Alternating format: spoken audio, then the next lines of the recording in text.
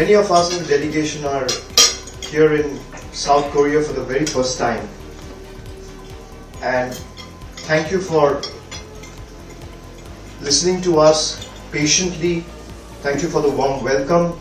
I wish we could have stayed a little longer than what we are, but since we are all on national duty, we have limited time.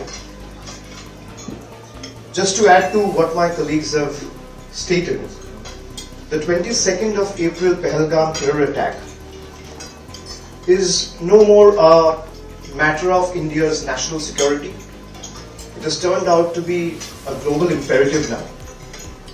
And time and again, we have been saying this, how Pakistan has been harboring, shielding and sheltering terrorists in their own land.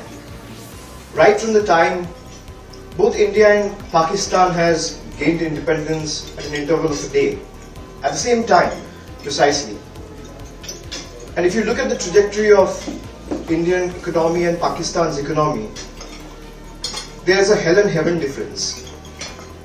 India has grown by leaps and bounds, where Pakistan is struggling with their own economic crisis and flaws. And the attack on Jammu and Kashmir in Pahalgam is a testament to the fact that they don't want the Indian economy to prosper. This is a message we want to carry to the world, where you have 7 delegations going to different countries.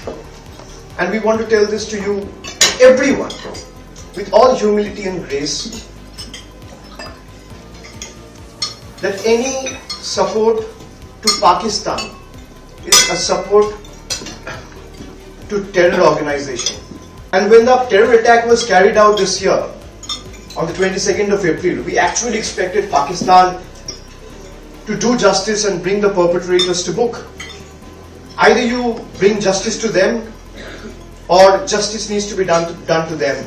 You anyway have to do justice. We waited patiently for a week, 10 days, 14 days. Then India eventually carried out the airstrikes on the 7th of May, after waiting for 14 days.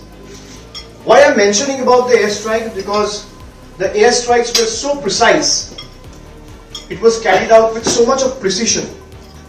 We ended up successfully destroying 9 terror infrastructure without endangering a single civilian life. This is what India is, firm in resolve, yet honorable in action.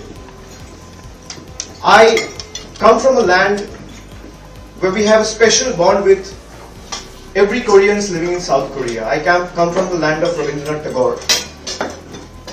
And Rabindranath Tagore's poem, The Lamb from the East, is still embedded and found a special place in the textbooks of school kids even today. And we come from a land who has always taught and given the message of peace, harmony, tolerance and humanity to the world. We would be the last one to talk about violence. We would be the last one to talk about war and tax. But we have been repeatedly waiting patiently for them to bring the perpetrators to book, which they are not doing.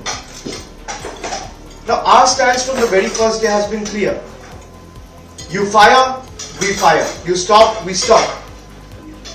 You can't be expecting one-sided action, and you can't be expecting any reaction. As Newton's third law says, every action has an equal and opposite reaction. Now, breeding a snake back in your backyard and expecting that snake to only bite your neighbor is the last mistake we should do, or last thing we should think of. Because once the snake is unleashed, it will end up biting whoever it can. A snake remains a snake. If you're breeding a monster to become a monster, the day the monster is unleashed, it will pounce on an attack on everyone. It gets an opportunity to attack.